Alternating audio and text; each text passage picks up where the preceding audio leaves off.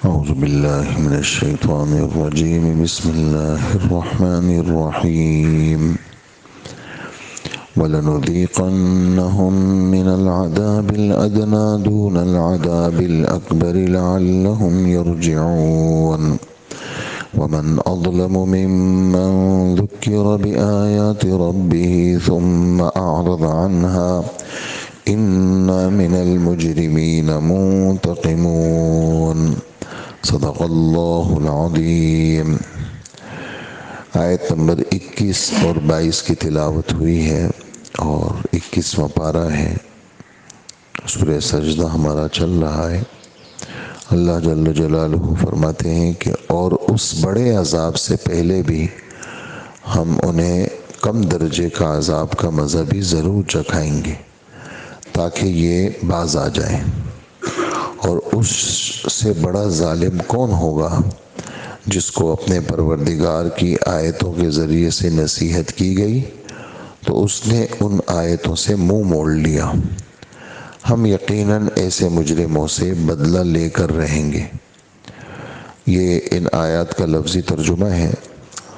تو گزشتہ کل کافی ساری باتیں آپ حضرات کی خدمت میں آئی ہیں کہ دنیا کے اندر اللہ پاک کی طرف سے جو امتحانات آتے ہیں اس میں اللہ پاک خود فرماتے ہیں تم پر کسی قسم کی کوئی بھی مصیبت آتی ہے تو تمہارے گناہوں کی وجہ سے آتی ہے اور بہت سارے گناہ اللہ ویسے ہی معاف کر دیتے ہیں.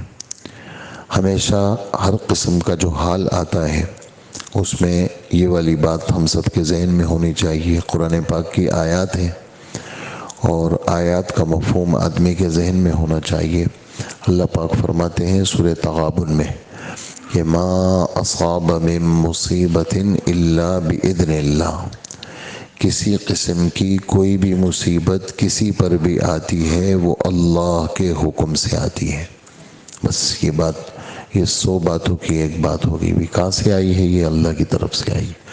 یہ جو میرے دماغ اس وقت بے قرار ہے، میرا دل پریشان ہے، یہ جو حال آیا ہے مجھ پہ، اس میں اللہ کو دخل ہے. اللہ نے کیا ہے یہ. اور وَمَن يُؤْمِن بِاللَّهِ يَهْدِ قَلْبَهُ. ایسے موقع پر اللہ کی ذات پر ایمان کو آدمی تازہ رکھے.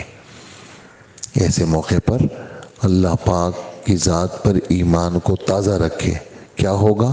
یہد قلبہ. اللہ اس کے دل کو سیدھا راستہ دکھائیں گے. ایسے موقع پر آدمی اپنے ایمان کو تازہ کرے کہ بھئی لا الہ الا اللہ محمد رسول اللہ، اشہد ان لا الہ الا اللہ اشہد ان محمد عبدہ ورسولہ. ایمان کو تازہ رکھے میں مسلمان ہوں. اور یہ اس وقت شیطان میرے دل میں وسوسہ ڈالتے، میں شیطان کی نہیں سنوں گا. تو جب اس قسم کے ایمان کو تازہ کرے گا تو کیا ہوگا؟ یہد قلبہ. اللہ اس کے دل کو سیدھا راستہ دکھا دیں گے. اور دل تو بدن کا بادشاہ ہے. دل تو بدن کا بادشاہ ہے. جب دل کو سیدھا راستہ مل گیا تو سارے اعضاء کو سیدھا راستہ مل گیا. وَمَن يُؤْمِن بِاللَّهِ يَهْدِ قَلْبَهُ وَاللَّهُ بِكُلِّ شَيْءٍ عَلِيمٌ. اللہ ہر چیز کو جانتے ہیں. تمہاری یہ جو مصیبت آئی ہے نا وہ اللہ جانتے ہیں. اللہ پاک کو پتہ ہے تمہاری یہ مصیبت تم پر آئی ہے نا، لہٰذا ایسے نہیں ہے کہ اللہ کو پتہ نہیں ہے مصیبت آ گئی. ایسا ہو سکتا ہے؟ ایسا نہیں ہو سکتا. مصیبت اللہ کو پتہ ہے، مصیبت آ گئی اللہ کے علم میں ہے. تو کیا کرنا ہے جی؟ ایسے موقع پر کیا کرنا ہے؟ کہا جی ایسے موقع پر اللہ اور اس کے رسول کی مان کے چلنی ہے. حال تو آیا ہے لیکن اطاعت کو نہیں چھوڑنا، فرما برداری کو نہیں چھوڑنا. کہ بھئی حال آ گیا، اللہ پاک مجھ پہ یہ مسلط کر دیا، میں بھی نماز نہیں پڑھوں گا، میں بھی ایسا کروں گا. نہیں. اطیعوا اللہ واطیعوا الرسول. اطیعوا اللہ واطیعوا الرسول. ایسے سخت حالات میں بھی اللہ کی اطاعت کو چھوڑنا نہیں ہے. فَإِن تَوَلَّيْتُمْ. اور اگر تمہاری دل دماغ پھر بھی قابو میں نہیں ہے اور پھر بھی ہماری بات تم پہ نہیں لگ رہی ہے، نہ لگے، جاؤ اپنا کام کرو. فَإِنَّمَا عَلَىٰ رَسُولِنَا الْبَلَاغُ الْمُبِينُ.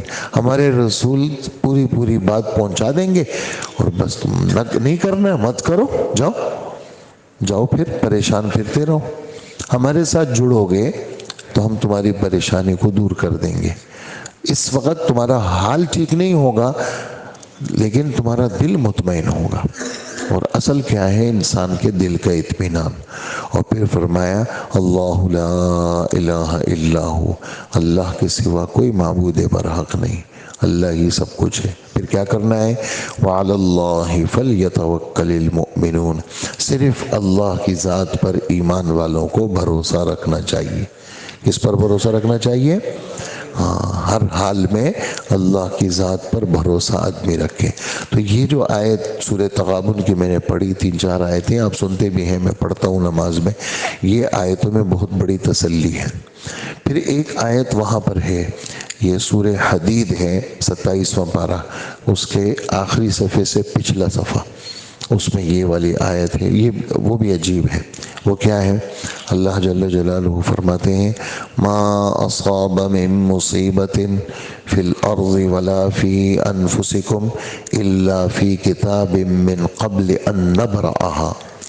تمہاری جانوں میں، زمین میں کسی قسم کی کوئی بھی مصیبت آتی ہے، گھر میں، بچوں میں، تمہاری جان میں، مال میں، چیزوں میں، کسی قسم کی کوئی بھی مصیبت زمین میں، آسمان میں، کہیں کچھ بھی آتا ہے، یہ پہلے سے لکھا ہوا ہے.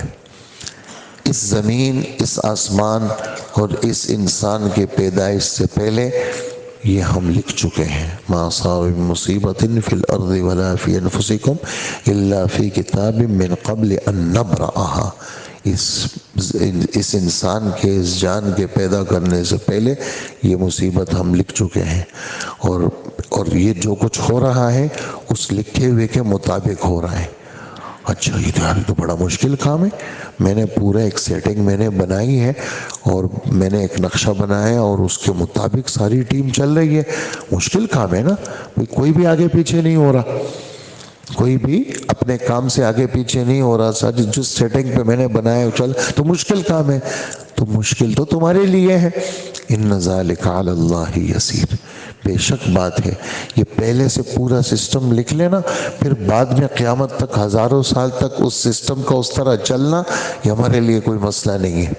ہمارے لیے سب آسان ہے. اور یہ ہم نے کیوں کیا ہے اور تمہیں کیوں بتا رہے ہیں اور تمہارے دل کو یقین کیوں دے رہے ہیں؟ لِكَيْ لَا تَأْسَوْا عَلَى مَا فَاتَكُمْ وَلَا تَفْرَحُوا بِمَا آتَاكُمْ. جو نعمت تم سے چھن گئی اس پہ غم نہیں کرنا. جو نعمت تھی چھن گئی تو غم نہیں کرنا. کیوں؟ ایسے موقع پر دل دماغ اندر سے یہ نکلے کہ نعمت تھی، اللہ نے دی تھی، چھن گئی، اللہ نے لے لی. اور تقدیر میں ایسے ہی تھا، تقدیر میں ایسے ہی تھا. اچھا نہیں تھا، بہت کچھ مل گیا تو آ گئی جی چیزیں وافر مقدار میں آ گئی. دیکھو اترانا مت اس پہ. ہاں، کیوں؟ دیا کس نے ہے؟ اللہ نے دیا ہے. لہٰذا وہ بھی لکھی ہوئی چیز تھی، مل گئی، اور لکھی ہوئی چیز تھی، چھن گئی. لکھی ہوئی چیز، میری بات سمجھ میں آ رہی ہے نا؟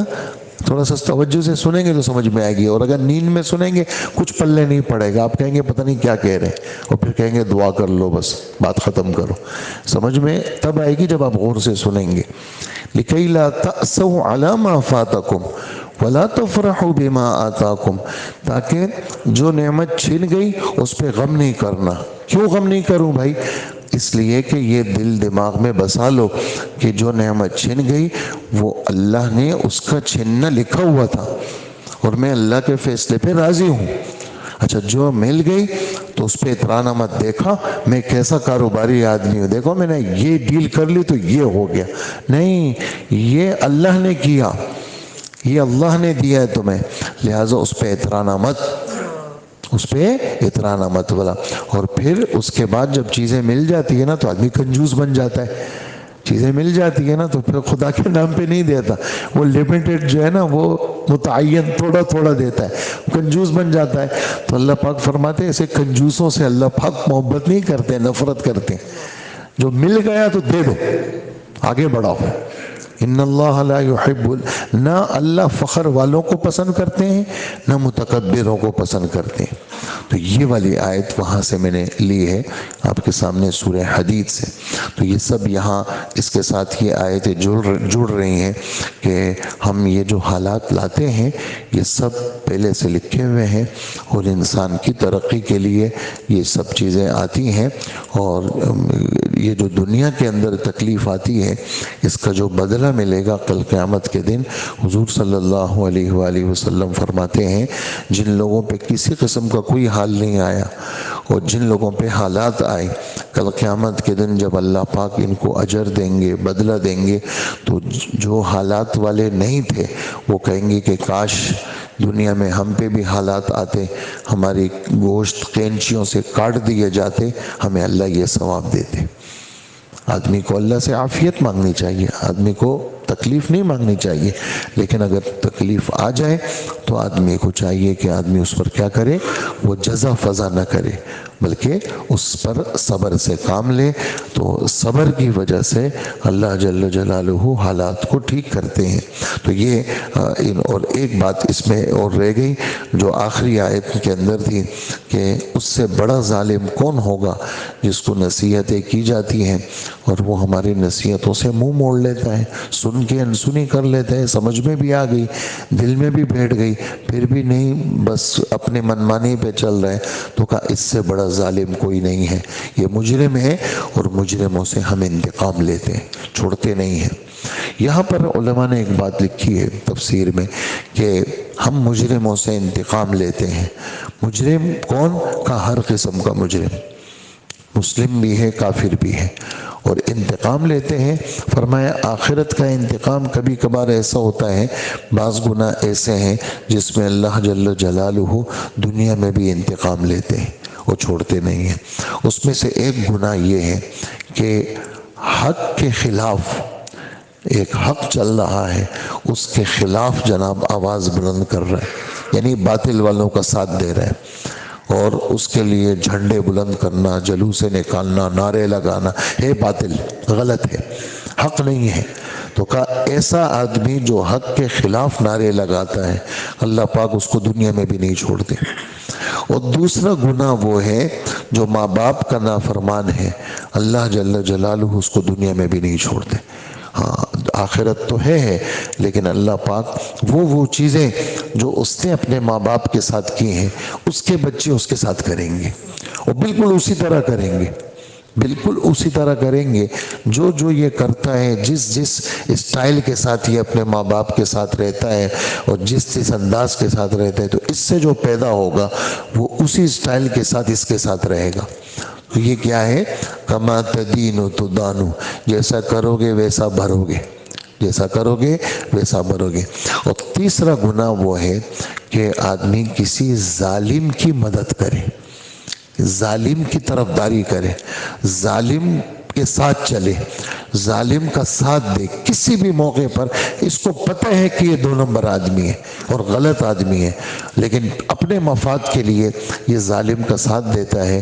تو ظالم کا ساتھ، ظالم کی مدد والا آدمی، یہ کبھی بھی، یہ اللہ پاک اس کو دنیا میں بھی پکڑتے ہیں اور آخرت میں بھی پکڑتے ہیں۔ تو یہ باتیں تھیں آج کے درس کی۔ اللہ پاک مجھے بھی عمل والا بنائے، آپ کو بھی عمل والا بنائے، اللہ پاک ہم سب کی مغفرت فرمائے۔